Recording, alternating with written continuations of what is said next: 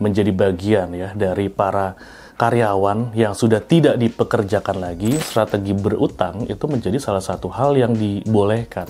Sehingga pinjaman-pinjaman daring seperti ini sebenarnya bisa sangat bermanfaat bagi mereka untuk kita sudah ada beberapa utang nih. Bagaimana kondisinya untuk kita bisa menyelesaikan utang tersebut yang lebih tinggi dulu secara bunganya untuk diselesaikan, karena secara konsekuensi kalau itu ditunda.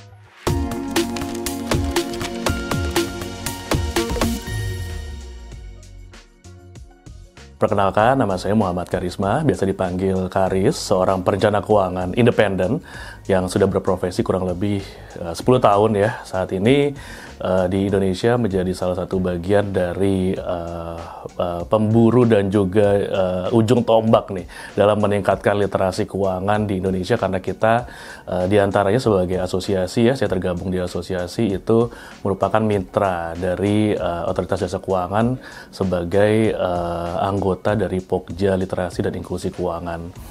Itu kenapa memang kita penting sekali ya Mas Ian pada kesempatan kali ini untuk terus mengencourage orang-orang untuk lebih paham lagi bagaimana mengelola keuangannya.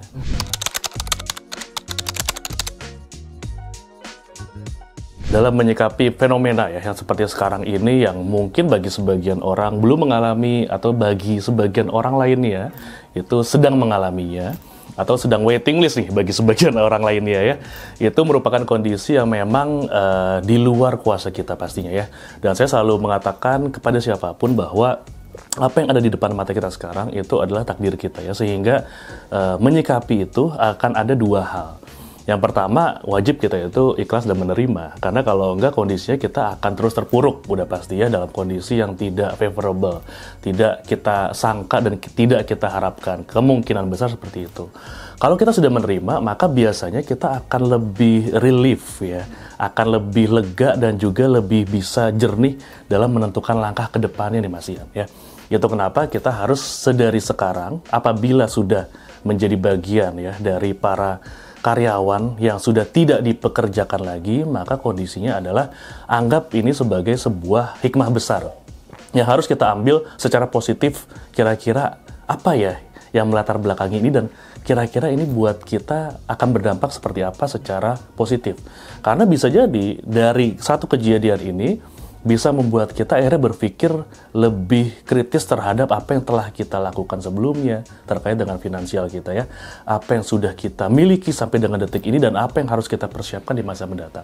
Nah, saya akan masuk ke poin kedua, otomatis kita berbicara mengenai pengelolaan keuangan ya. Bisa jadi akhirnya dengan kondisi seperti ini mereka akhirnya punya shock terapi ya, bahwa mungkin kondisinya sebelumnya saya nggak pernah memikirkan bahwa oh ternyata saya perlu ya, dan baru menyadari pentingnya punya dana darurat.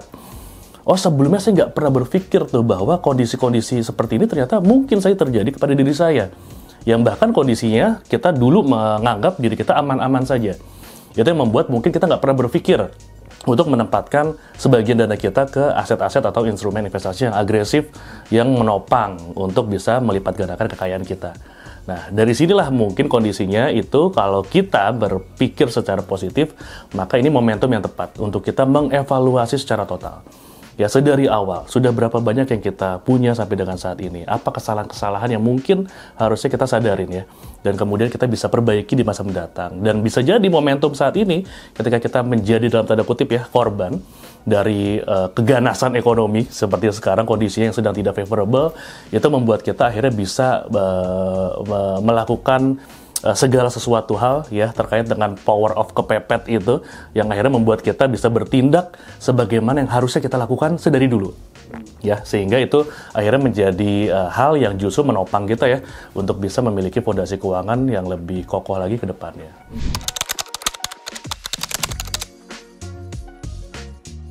Untuk yang sekarang mereka sudah tidak lagi bekerja, maka sebenarnya ada beberapa hal yang bisa kita lihat secara positif ya. Yang pertama, ada otomatis waktu luang bagi mereka. Waktu itu sangat mahal ya. Tidak semua orang itu punya keleluasan waktu, dan tidak semua orang juga mereka bisa memanfaatkan keleluasan waktu itu. Untuk itu, keleluasan waktu ini satu paket nih. Kita harus melihat sebagai sebuah peluang juga untuk tadi ya melihat kira-kira nih kemampuan kita sekarang terhadap apa yang sudah kita sempat miliki, ya sampai dengan saat ini itu kira-kira seberapa besar dan bagaimana strateginya untuk kita bisa melakukan sebuah perencanaan ke depannya. Mungkin bisa berlandaskan lagi kembali kepada hobi kita. Ya kan, lihat lagi apa yang sekarang kita gemari.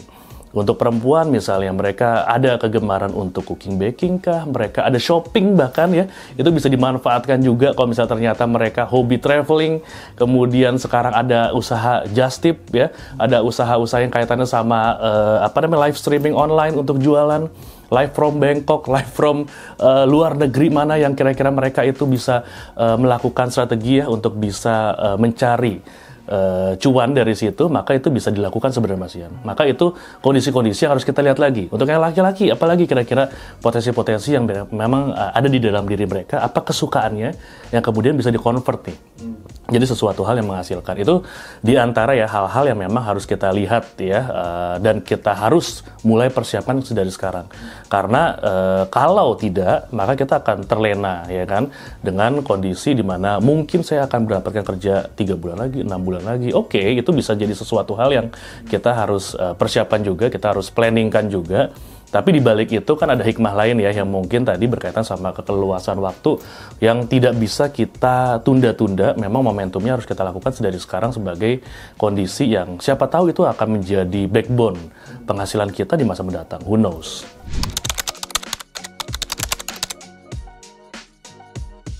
Kondisi-kondisi tadi memang tidak terlepas ya dari kondisi yang melekat juga ke diri kita ya. Ketika ternyata saat ini tidak ada satu pegangan apapun yang bisa kita manfaatkan, tapi kita ternyata mungkin sudah punya 1-2 hal yang ingin dilakukan, maka sebenarnya strategi berutang itu menjadi salah satu hal yang dibolehkan dalam sebuah ilmu perencanaan keuangan. That's why kita tidak boleh mengharamkan 100% ya total hutang. Bahkan aset yang kita miliki sekarang, banyak orang yang mungkin secara preferensi saya lebih senang menjual aset. Itu tidak ada salahnya juga. Tapi untuk bagi sebagian orang lainnya ya, mereka berpikir bahwa aset-aset yang sudah kumpulkan ini seharusnya menjadi penopang saya untuk saya bisa melipat gandakan aset ini dengan strategi meleverage-nya lewat utang. Ya, entah itu mengambil lewat pinjaman bank ya, atau mengambil dari pinjaman-pinjaman yang sifatnya non-bank ya, termasuk diantaranya Pindar tadi. Tapi balik lagi ya, kita seharusnya sudah paham masing-masing konsekuensinya. Ketika ternyata kita melihat ada beberapa bisnis yang saya lihat ya Mas Ian ya, itu ternyata cukup bisa ya mereka itu ditopang oleh pinjaman-pinjaman yang sifatnya memang membutuhkan kemudahan ya, kecepatan dalam hal mereka itu mendapatkan fasilitasnya. Dan itu tidak bisa diberikan ketika mereka melakukan pengajuan pinjaman secara formal biasanya. Sehingga seperti halnya Pindar itu tidak sepenuhnya negatif selama mereka paham ya bagaimana pengalokasiannya. Saya selalu menyarankan ke bisnis-bisnis yang UMKM, bisnis rumahan biasanya, yang mereka itu sudah tahu dapat order dari mana. Tapi modalnya tidak ada, sehingga pinjaman-pinjaman daring seperti ini sebenarnya bisa sangat bermanfaat bagi mereka untuk bisa menopang produksinya. Dan kemudian mereka tahu sumber pembayaran dari mana, karena mereka tahu berapa harga yang mereka sudah patok, siapa saja customer yang sudah memesan produknya, dan kemudian mereka bisa untuk membayar dan menyelesaikan utangnya tersebut. Utang-utang yang lebih tinggi dulu secara bunganya untuk diselesaikan, karena saya tidak peduli sumbernya dari mana, ya, bisa dari perbankan, bisa dari non-bank.